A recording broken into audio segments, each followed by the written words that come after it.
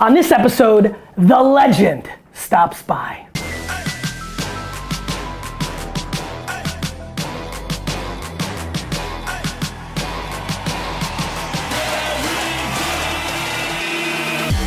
You ask questions, and I answer them. This is the AskGaryVee show. Hey everybody, this is Gary Vaynerchuk, and this is episode 242 of the Ask Gary V show. I mean, I don't really even know what else to say. Legend in the room. You know what I really like, Tony, and I'll just get right into it? Thank God for your documentary, because people realized that you cursed, and that gave me the air cover. People are like, oh, Gary, it's okay that you curse now. I'm like, thank God. I was pumped. People like tweeting, like, Tony curses like Gary. I'm like, yeah. I used to bring you to my talks so that people would feel good about me after listening to you, so we're doing the same thing for each other. Tony, for the quarter of a person that is watching right now on live stream and on the show that doesn't know who you are, why don't you give me the 1 second thing? And obviously today's a big day, new book. You look good in this shot. It's a good one.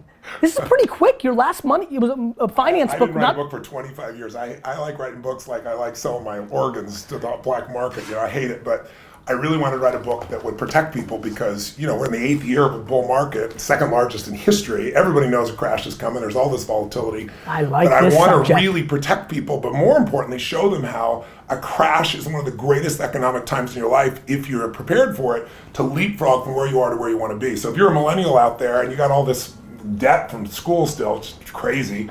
I know how stressful it must be for you. Bottom line is, you can literally jump during this time. Or if you're a baby boomer and you didn't get started till way too late and you think it's too late, it's not too late in these situations because the corrections provide opportunities like never before. And people just aren't prepared for it. So I have a partner named Peter Mallouk. Yep. He's been rated, he's the only man in history rated the #1 financial advisor in the United States 3 years in a row by Barron's, 2 years in a row by CNBC, and this year Forbes just came out with their first list and he's #1. So I want people to know I'm his partner, I'm on his board of directors, but he has grown his business from nothing in basically 2008. He grew it to $2 billion during the worst economic time because he warned everybody, there's gonna be a crash. Here's what you're gonna do so you don't lose money, and here's what you're gonna do so you make more money during the crash than anybody imagined. So with no advertising to $2 billion. Now when I joined him a year ago, our partners, it was $17 billion, and we're now at $23.5 billion in assets because this guy knows what he's doing. So I took the best of what I learned from the 50 best investors in the world, from Warren Buffett to Ray Dalio to Carl Icahn, shrinked it down into just something Really, by the way, yeah, nice size. Yeah, my last one was 670 pages. Yeah, different size, right? My whole focus here is destroy the fear with real results, with a real strategy, make it a playbook, and get people so they can really win. For my audience, I don't talk about this often, but I've mentioned it a couple times in the vlog. Both Wine Library, yes, my family business, and VaynerMedia were built out of horrible crashes. Yes. You know, I got involved in Wine Library full-time in '99, and just as I started getting going, 9/11 happened and the 2000 crash happened, and VaynerMedia was started in 2009, right on the back of all the issues. So for me, I'm a big fan of this, and I will say one other tidbit. There's a lot of youngsters who are watching who are on the flip side, are not sitting with debt, who are making some money being influencers, have found themselves into some quick 50, 100,000. Nothing will turn $50,000 in cash into millions of dollars quicker than a bust. Yeah, that's absolutely so right. let me. Well, a bust that you participate in. Well, right. So like, so that's right. So here's something you might find this interesting. Yeah. I am sitting on more cash, and not because I've made more. I am actively sitting on cash right now because my hope is that there is a meltdown and I can buy things for 20 cents on the dollar, 5 cents on the dollar. How long have you been in cash? About a year and a half. Yeah. So you're a perfect person to chat with because I would have had the same mindset before. Yes. After interviewing all these people, I learned some really interesting facts.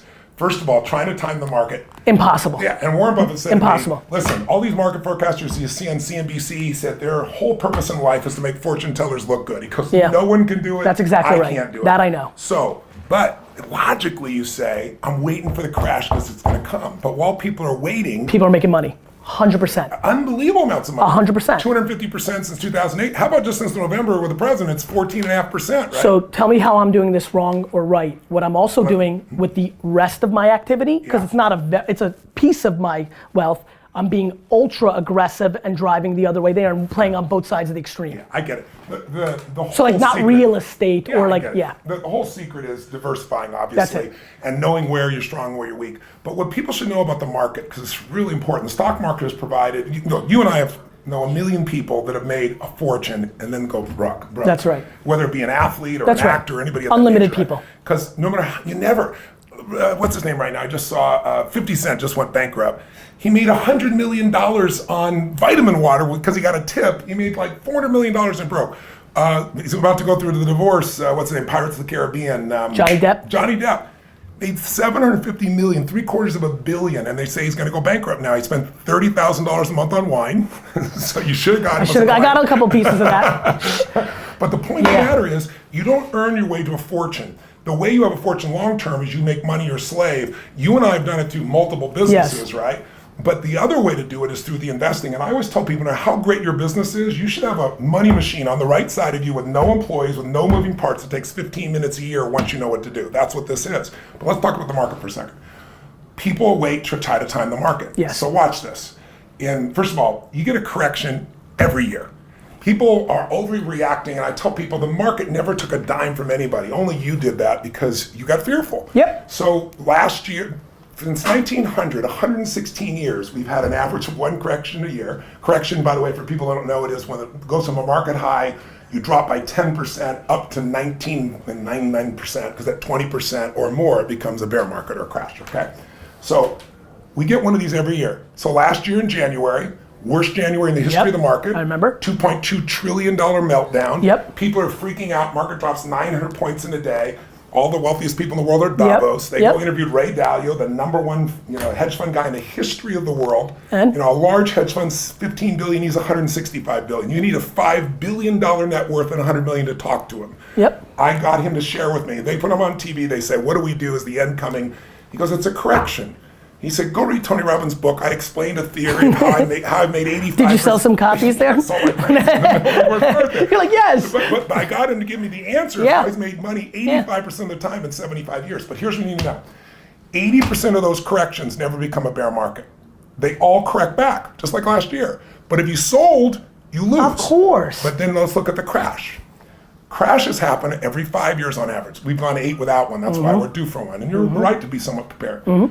But while you're preparing, there's opportunity that's happening because, first of all, every bear market lasts on average a year, goes down 33%, but you don't lose 33 unless you sell it. That's Here's right. the one thing I want people to hear. In 2 centuries of American business, every single bear market was followed by a bull market. So you remember 2008, people lost 50%. This is where 69%. This is where in the next Buffett 12 months. wins. Buffett's He got always talks about Buffett is it's such a great concept. I believe in it so much, which is unless you're betting on America disappearing, you will win. For centuries. That's it. And we're That's the going punchline. to keep growing. And by the way, every month on average, we have a new high. So when you hear it's high, oh my God, it's going to crash, it's high. But let me give you one more. Please. This is the timing, and this will maybe the payoff for you. Payoff is, I just did the JP Morgan Alternative Investments Conference in Miami. You have to be a billionaire to attend. You have to prove it with your net worth. There's 400 people there. It's an amazing group. JP Morgan did a 20-year study, and Schwab did one also separate. They found in the last 20 years, the S&P 500 gave you an 8.2% return. So you're doubling your money every 9 years. Pretty cool thing. But what they found was, if you were out of the market on the 10 best trading days in 20 years, instead of 8.2, you got 4.5, almost half as much money. If you missed the top 20 days, trading days in 20 years, 1 day a year, you're doing what you're doing, trying to be the right timing, you got a 2% return. You might Makes as well a ton bet of bonds. sense. If you miss the top 30 days, you lose money. Makes a ton of sense. In 20 years. Makes sense. So the most difficult, the dumbest thing you can do is be out of the market, not you. No, I get it. I'm plenty in the market. Plenty in the market. Because I believe in it. And then also being prepared. So Tony, listen, first of all, one of my favorite things about you from afar, we get to hang once in a blue moon, random calls here and there, but from afar, you know what I love about you? You fucking hustle. Like, I feel like the book came out today, you're freaking everywhere, doing your thing, that's what you're good at. We have a very large audience you're good, I know you're good at what you're doing, but here we have a real awesome opportunity because I think we're gonna go deep in a narrow field. Yeah. So the majority of these people, I don't think are looking at the stock market. I even look at the characters here. The way they think the way they're thinking about the stock market, so different. In a world where you might not have cash and where you might have debt, or if you're not even in debt, you just don't have a lot of cash, Talk to me about somebody sitting with $10,000, which, by the way, for a high percentage of this is still a ton. Correct. But is there anything that, if they have $1,500, should they be out of the market? Like, what do they, like, I know we're going very, very, very micro here, yes. but I actually want to bring value. My payoff is actually bringing value to everybody watching. Go ahead. Say, I give an example in the book here. And I'm going to take a phone call. Get ready for phone calls. Chris, you ready? Yeah. All right. So forget just the $10,000. What matters is the system you put in place. The shit you do randomly every now and then because you got money is not going to help you much, right? Especially if it's a fucking fat whip or a watch. Yes. I don't even want to start. So the number one most important financial decision for everyone watching, everyone in this room, really, we all know you got to become an owner instead of somebody that is constantly, utilizing products. In other words, if you have an iPhone and you don't own Apple, what's wrong? You're a consumer. You're not an owner. You got to become an owner. How do you do it? Every person in this room has got, regardless of whether you think you have the money or not, to make the most important financial decision, which says to be an owner, I have to take a percentage of my income and no matter what, off the top, automate it so I don't see it, put that in an investment account. Now, what's the number? You might say, I can't, Tony, I'm starting my business, I'm strapped. I tell all business owners the example of a gentleman, true story, Theodore Johnson, 1950s, works for UPS, guy never makes more than $14,000 in a year. He retires with $71 million. He gives away $35 million while he's still alive. Good. How is that possible? A friend of his did what we're teaching. Comes to him and says, I'm gonna make you rich. He goes, I'm not rich, I make 14 grand a year, right? He said, I'll make you rich, I'm gonna put a 20% tax on you. He goes, what are you talking about? I can't pay my bills as it is. He said, listen to me. Adjust. If the government gave you an additional 20% tax, you'd bitch, you'd yell, you'd scream, and you'd pay it, because you have to, and your brain adjusts. But that money goes in this investment account. The compounding of that account made him $70 million, and he never made them $14 million. Andy, do you have Facebook stock? Yes. Because of all the chatter we always have in here? Yes. Like, that's the punchline, right? Like, we know, because we live in this world for the last 3 years, I've been yelling, and Andy will tell you, not yet, that just buy, we know Facebook's underpriced. Like, that's even narrow. But here's what you gotta be careful of. And this is something Ray Dalio taught me, one of the smartest men on the face of the earth. He said, Tony, I don't care what it is you know. You're gonna invest in what you know because you have certainty. Of course. Right? Whatever you know is gonna drop 50 to 70% sometime in your life. That's right. And he said if it's later in life, which is why diversity matters. That's why diversification matters. But let me give you the guys who are watching. Let's talk about that for a minute. Yes. And Ray's right. Like, that's just non-debatable. That's totally data. Non-debatable. Yes. It is interesting to see where. You don't want to, what I'm saying is you don't want to just own Facebook. Of course not. You've got to have across the board. Of course. Because you say, I want to have the best one, I want to have Facebook. There is an interesting debate that if you're actually knowledgeable about a sector, yes, and you're only putting $2,000 to $4,000 a year to work, that's an interesting debate. It's an interesting and by the way, Netflix and Amazon, when you're this young, you can also be more heavily oriented stocks. You can take more losses because you have more time. But think of it this way. Just go back to compounding as a simple example. Guy in here, I talk about the book, 19 years old, dad convinces him to save $300 a month, $4,000 a year. So it's within the range of anybody here you're talking about, right? Guy starts at 19, stops doing it at 28. He only puts in 35 grand. He puts it in the market. The market's grown 10% over 30 years, but let's use 8% to be more conservative. Last 20 years has been more 8%. At 8%, that'll grow to $941,000 without another dime. He'll have $1 million off of $50,000. You're preaching. But on the other hand, his best friend waits till he's 29. He does the same thing, but he has to keep investing to 65. He puts in almost 180 grand. He doesn't get the $1 million. Yeah, the math is the math. You got to get in. All right, you got some? Go ahead. So, you're inspired now? I want to tell everybody, by the way. It's going to work. I want to tell you guys, you're going to remember this interview your whole life. Let's go. I want to tell you, by the way, for everybody watching, this book, my last book, I donated 100% of the profits, $5 million. I'm doing the same thing with this one. We fed 100 million people between my donation and the additional donations I made in 2015. 100 million people last year through my partnership Feeding America. We're going to be 100 million people. 100% of this goes to that. We're going to feed 1 billion people over the next 7 years, to give you an idea. It's pretty cool. It's pretty cool. And it's all coming from the book. While Chris is trying to figure out how to dial a phone, talk to me real quick about the Netflix documentary Impact. I try to trade culture and attention. Yes. I could taste it in the ecosystem. You've been a known brand for decades. What was the impact of that documentary? Huge. It's huge because it's taken, I decided to put it on Netflix because it immediately put me in 172 countries, and they translated it for all those languages. Huge. So the level of distribution, global. And it's free. You're already there. People are already on Netflix, and it got 5 stars, and it took off like crazy. So the concentrate. I went to the fight with Diaz versus. Oh, there you go. Here we go. I went to the UFC fight, and it's like We'll pick it all up these young after. guys coming up to me that Yep. normally wouldn't know. That are like, This is Gary Vaynerchuk, and you're on the AskGaryVee show with Tony Robbins. What's your name, and are you excited? Holy shit. Yes, I'm so excited. I'm a huge fan of both of you guys. This is absolutely incredible.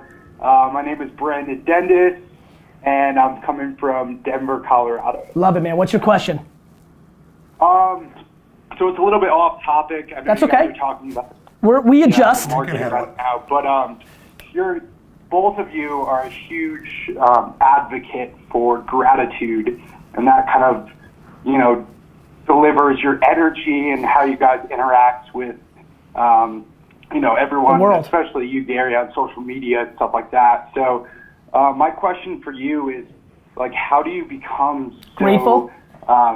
So grateful, yeah, exactly, to have this energy, especially from Tony's position of just like, I dove into your documentary on Netflix, and that was actually the first time I was exposed to you. Actually, my father, who owns an independent agency in Connecticut, very successful, he quoted you as a huge inspiration. So I kind of dove into your content and fell into kind of your hands and your guidance. So They're big ass I do hands too, by the way. appreciate people. Jesus. So go ahead.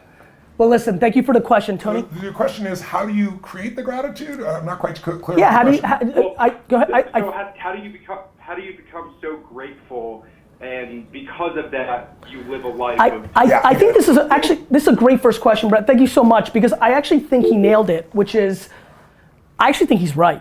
Like in what I see in you and from others, like gratitude, it's incredible what gratitude does. Well, the two things that mess everybody up are anger and fear. When you let them dominate you, you're in trouble. And you can't be angry and grateful simultaneously. It's the antidote. It's the only antidote that really works. And you can't be fearful and grateful simultaneously. So for me, to answer his question, I don't hope I'm going to be grateful. I have a system like anything in life. If you're a great pilot, you know how to fly a jet, you still have a checklist. Because if you miss the checklist, the consequences are too big. So I'm not a big meditator. My meditations have been active, it's been physical, it's been in nature, it's been ripping things open, it's being on stage. But I started a few years ago doing what I call priming. And what priming is most people think their thoughts are their thoughts, when really your thoughts have been primed by the environment. That's why you want to create the environments like you create and I create, because it makes you be your best. But specifically, there was a study where they took a group of actors, they had them go out to 200 people, and the only thing different, they walked up to each person, and the only thing different was they held a cup of coffee. They walk up to you, a stranger, and go, "Would you hold this for a second?" They'd look down so you can't say yes or no, and you'd end up taking it. They get their phone, they adjust it, they take it back and say thank you. That's the whole thing. Same facial expression for every person. Only difference, half got an iced coffee, the other got hot coffee. Now, 30 minutes go by. They send out an assistant, a research assistant with a clipboard, and they come up to these same individuals and say, "If you give us 2 minutes of your time, we'll give you $20. Will you just read these 3 paragraphs and tell us what you think of this character?" There's a couple questions. They read the 3 paragraphs and they say, "What do you think of the main character in this little story?" 81% that were given iced coffee say the person is cold and uncaring. 80%, a 1% variance of those who are hot coffee, said the person is warm and connected and caring, with nothing else but coffee 30 minutes earlier, ice cold. I could tell you 50 of these. So what I do is I get up every morning and I make a radical change in my state, and I have a simple deal with myself. I prime for 10 minutes every day. Because if you don't have 10 minutes, you don't have a life. There's no 100%. excuse. So I come in, I do this radical breathing change, these 3 sets of 30 breaths where I bring the air in and explode it out my nose, because I'm sure you know from Eastern philosophy, the breath is like the string on a kite. The mind is the kite. Yep. You can change the mind through breath. Yep. So I do this radical breathing, takes a minute. Then I do 3 things for 3 minutes, really simple. I take 3 minutes and I focus on 3 specific individual things that I'm grateful for, but I don't think about them intellectually. I step into the moment, Yep. remember it, feel it, and so what it does is it activates it not as a thought, but as a biochemistry. Then I do 3 minutes of prayer and blessings, starting with my family and moving out to everybody, my clients, friends, people I meet. Yep. And then I do 3 minutes on what I call 3 to Thrive, where I focus on 3 important outcomes that I have that I want to accomplish, but I don't think about want to accomplish it. I see it, I feel it, the experience is done, I feel grateful. I often That's your move. I actually go 15 or 20 minutes right after because it feels so good. But what's happened is now you're primed. You're not hoping you're in prime time. You are in prime time. And to me, that's how I do it. And once you prime yourself, you start noticing things to be grateful for all the time. And when I asked Sir John Templeton, the first billionaire investor, international investor in the whole world, started with nothing, built to that. When I asked him, I said, what's the secret to wealth? I'll never forget. He looked at me and smiled and he said, Tony, it's what you teach. And I said, well, I teach a lot of things. Which thing? And he goes, gratitude. So he goes, you and I, how many billionaires do you and I know that are miserable human beings and they're so unhappy? He said, they're poor. And if you've got $1 billion, but you're frustrated and angry and sad all the time, your life is frustrated, angry, and sad. How many people have nothing, but they're grateful for their family or for their health, and they're there? So that is the game. It really is. To me, it comes down to its cousin, which is perspective. Yes. So I do something very similar. Every single day, I make pretend that my mother, dad, sister, brother, wife, or children are killed. Now I know this is a different version of it. I know, you didn't expect that one? I love you, crazy son of a bitch. I know it's a little different. Yes, they get stabbed in the eye and then they take out the groin. Like it's sometimes even in detail, but I will tell you, it's very fleeting. It usually happens within the for them still being But here. I promise you, I know it's a little left field. It's insane what that perspective does for me. Yes. Nothing, and I feel it. It's contrast. And I feel it. And I feel it in my works. soul. Contrast and it just makes every bad thing. And by the way, and I'm sure for your business, when you're the last line of defense, you know how they say occupation on the doctor form? The last time I filled it out, I said firefighter.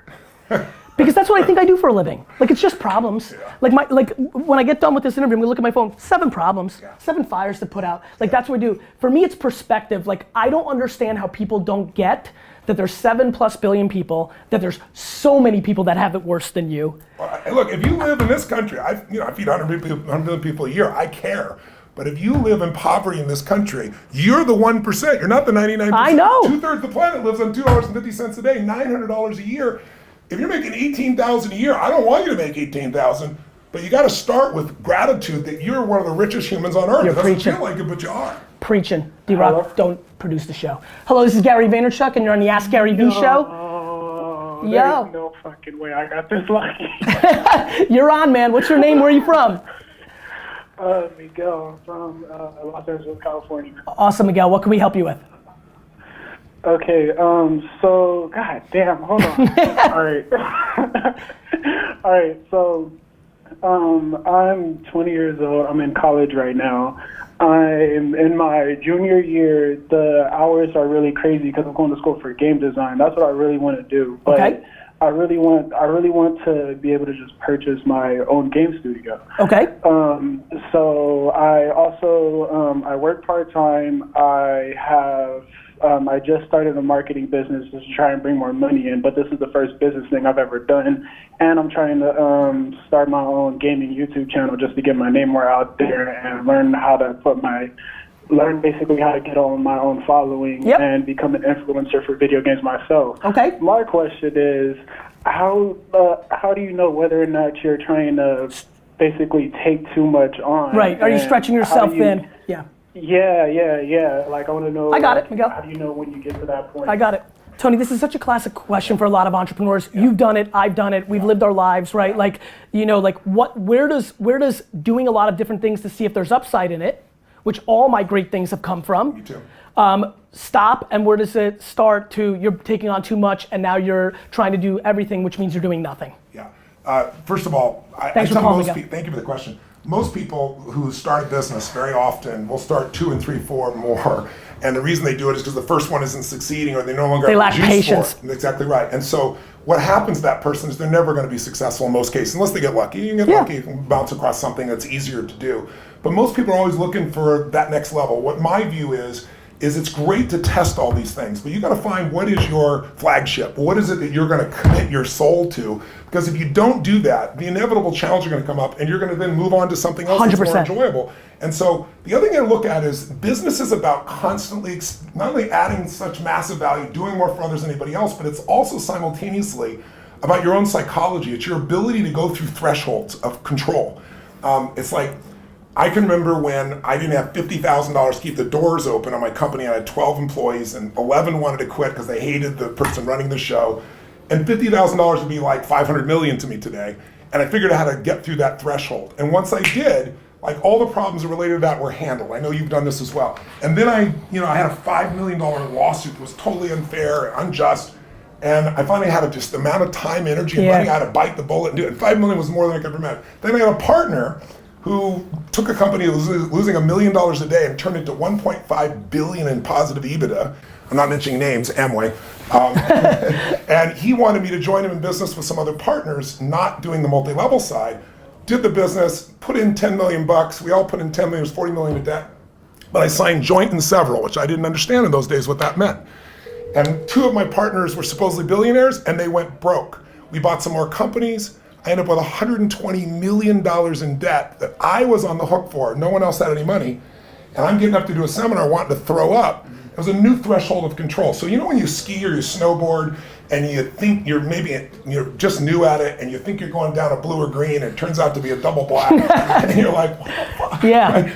And so you have 2 choices. One is you start to go down and you freak out and you're gonna die, you slam on the ground and try to hang on for dear life, or the other is, baby, you focus on where you wanna go and you find a way to curve, you find a way to cut.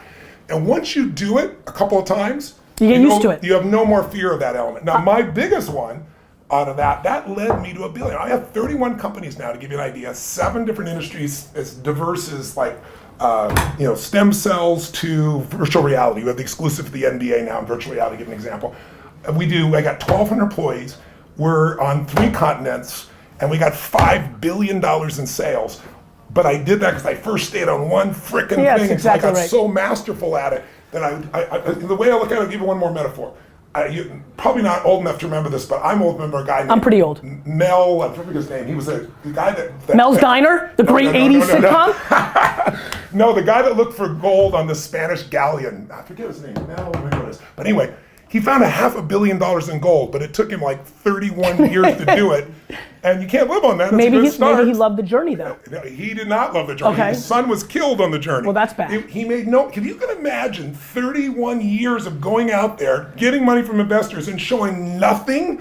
I mean, after a year, 2, 5, 10, some point, you hit your breaking point. He never hit his breaking point. So I looked at my businesses back then, and I was always looking for the new business that was a greater opportunity. I love what I was doing. It's emotionally rewarding, but low margin business. And I had these meetings with a group of billionaires, and they said, you have not maximized. And then I saw this guy, Mel, and I thought, I have not the right beliefs. You need 3 beliefs to be successful in your business at the highest level. You have to believe, number 1, what did this guy have to believe to go 31 years? He had to believe, number 1, that the treasure was out there.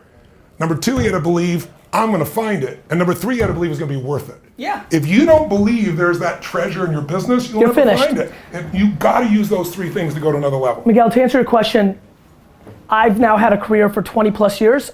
I, at every minute, was running one of 2 companies. Wine Library or VaynerMedia. There was never a day in my life where I didn't have something that I called the 80% of what I do. That's right. It's exactly what you were saying. Yes, I call it the meat, the main dish. You can go and have side dishes, and if your steak is perfect, you'll always be able to absorb the losses because they're smaller losses. And then when something over here becomes bigger, you can turn that into the main part, and that could become the steak. Too many people have all side dishes and no steak. I always say something else about it too. Let's do another phone call. Massively overestimate what they're going to do in a year, and they underestimate what they can do in a decade. So what happens is they get all disappointed and frustrated, and they don't stay with the game. Talk to me about lack of patience. This is something, I've been pounding patience. You've been pounding patience? Yeah, I actually, do you know that I genuinely think I'm the most patient? Do you know that I think I'm a lot of deceived do you know that I genuinely call myself a tortoise in a hare's costume? Don't let my energy or my stage presence confuse what I've actually been doing. Yeah. No, I get it. I'm teasing. I know you are. I know. But I think, but the reason I want to put it out there is I think it's an important thing that it's an enormously important variable. I think so too. Let me mention one thing with it. I think all businesses though, we've talked about focus. I just want to add one last piece to that before we go what you're saying. I think all businesses should be running 2 businesses, the business you're in and the business you're becoming. Because if you only run the business you're excited about, you're going to become, you're going to miss the cash flow of managing your business. If you only focus on the day-to-day, you're not anticipating the competition. This is Gary Vee, and you're in the AskGaryVee show with Tony Robbins. Who's this? Yo, Gary, it's Nico from Chicago, man. Nico, how are you? I'm good, how are you? Good, man. What's your question?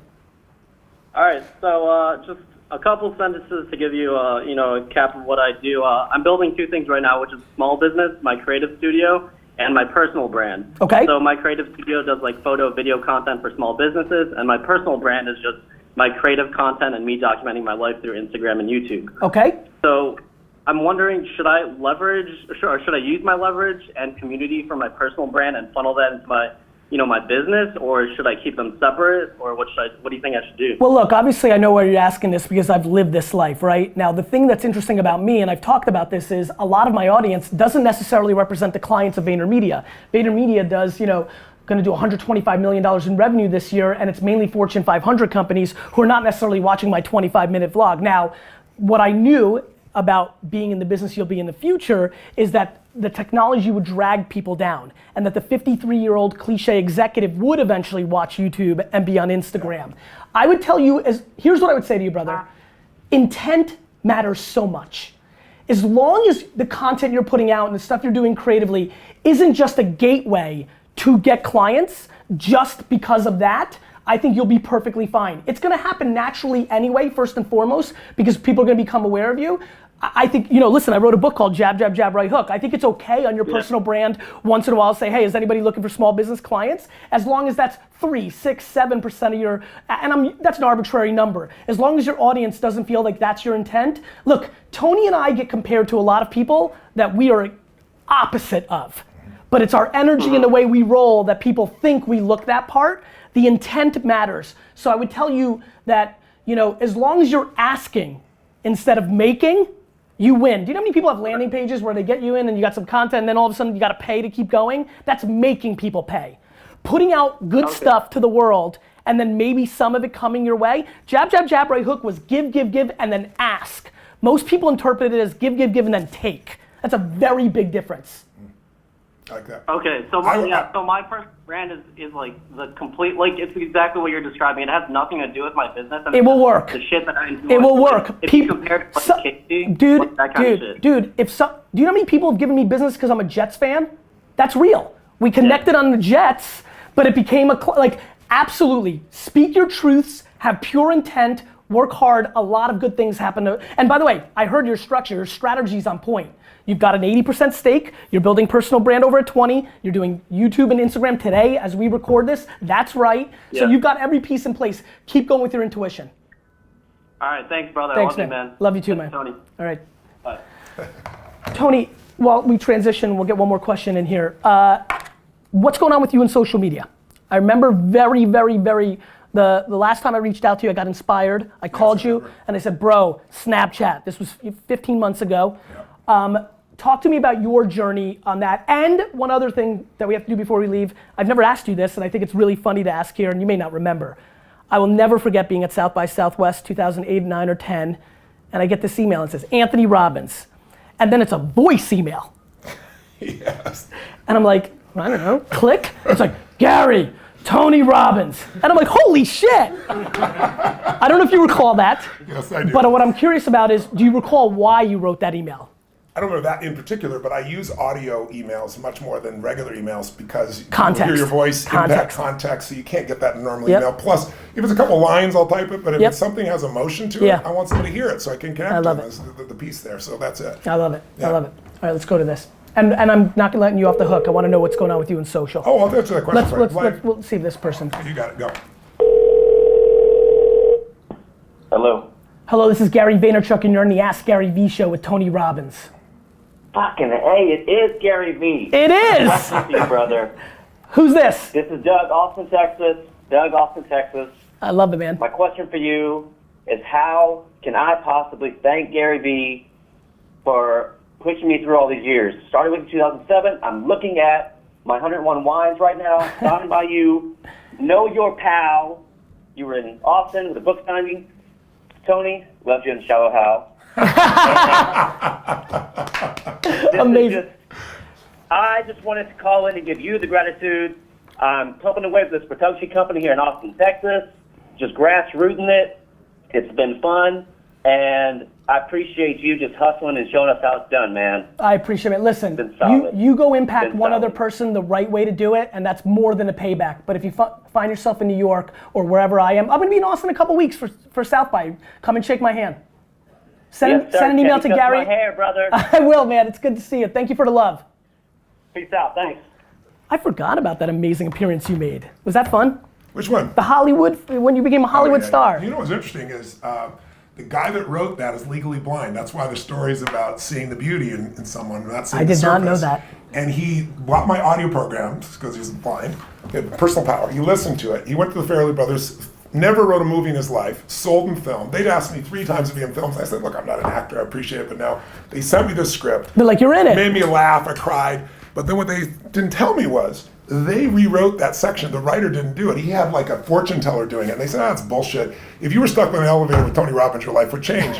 So I show up and I start speaking, and they didn't tell him and they didn't tell me this is how it came about. So he hears my voice and he comes, Tony Robbins, and tells me the whole story. So cool. Then I go to do the piece, and I got Jason Alexander there, right? Yeah. And I said, look, guys, you wrote this whole thing. I'm honored That's to be not- the center that's of not it. what- It's yeah. not me. I wouldn't I'm just say gonna this do my shit. thing. So I said, let me show you. He goes, well, there's no script. I said, he's an actor. Let him act. And so when I healed him like that, when you see him shocked, that isn't acting. He wasn't prepared for it, to give you an idea. We did it over and over again. It was a fun trip. Tony, end with this for me. What has been your journey on social? Where are you now? What are you excited about? Are you into it? Is it hard for you because you're very busy? Like you don't pander to us. I'm curious to where you're at. This young man right here runs it for me. Yep. So Tyler, he does a great job. But I do all my own personal components. Yep. I get him to go leverage, get the pictures, Yep. the graphics, Yep. all those things. I found that Facebook Live is one of my favorite tools at this stage. Yep. Because we get 750,000 people. It's Watch like you it. have your own Yeah. show. Yeah. You just go in there and boom, and Yep. it goes. So that tool to me is one of the most valuable tools. But we've got 1 million people on Instagram. Tyler, we've got get 10 in million here. people there. What do you want to see him? This is your chance. This is the air cover you've been waiting for. I'm gonna be your shield here. This is the right room to do this. Where's the place that you'd like to see him focus a little more on? For me, Yes. had you asked me 6 months ago, I would have said Snapchat, but Yep. now I'll say Instagram stories. Yep. We're doing it today. He's Yep. taking a little run through on it. I and love it. He's digging it. It's ephemeral. It's here today, gone Yep. tomorrow. Yep. But he's able to connect with his fans and give them that little sneak peek behind the scenes of what he's up to. My man. I'd love to see that. And I love that Instagram is more your personal life to a great extent. Each piece, if you're Yeah, going Facebook's like mainstream media. Yeah, like, exactly. and by the way, they ebb and flow. Right To his about it. point, he's exactly right. 6 months ago would have been Snapchat, and tomorrow somebody might buy Vine, create one feature, and we all care. Yeah. It's a moving market. Without a doubt. Without a doubt. My Thank man. you, brother. It's great to see you. Listen, you got people watching. I want to plant one seed for you too. Both of us have achieved a lot. I'm sure many of you have achieved a lot too. Success without fulfillment's the ultimate failure. This guy's very fulfilled. That's why he works 24 hours a day. His whole hustle is that it fulfills him. Same thing with me. If you don't find what fulfills you, all the achievement's worthless. I had a really cool conversation, and I talk about it at the end of the book here, because money is not going to make you happy. It'll give you resources, it'll give you tools, but you got a 2 million year old brain that's always looking for what's wrong because it's trying to make you survive. If you're going to override that, you've got to learn what it is that's going to fulfill you most. And if you discover that and you pour all of your juice into that, forget the money. The money will be fine, but what you really will have is an extraordinary life. That's what this character has done for himself, because he lives it every single day. I live it every single day. There's nothing short of that that's going to give you what you want. So hope when you read this, you'll also find there's pieces there about how to master the mind, because this is what messes this up. You can be a billionaire and be This is the miserable. game. just This is the like operating bots. system, baby. We're the only creatures on the planet that can think a thought and make ourselves miserable, or think a thought and make ourselves euphoric. So take control of your mind. That's really the end of the game for you. That's how you'll serve others. 2 things. You got to ask the question of the day. That's what every guest does. So you get Okay. to ask a question, and there'll be thousands of comments on Facebook and YouTube. So give that a thought of what question you want answered. Okay. Number 2, I'm about to take a picture with this man. I'm going to give away 100 copies of this on Instagram over the next 24 hours. Cool, that's exciting. Question I have is, what is your definition of a magnificent life? I'd really be curious. Like, Oh, we're gonna what's get your some good stuff. criteria for a magnificent life? Which to me is life on your terms. It's different for everybody. I'd love to know what yours is. I'd love to see the variety of people. Thank you, brother. My pleasure. Good seeing you, man. You keep asking questions, we'll keep answering them.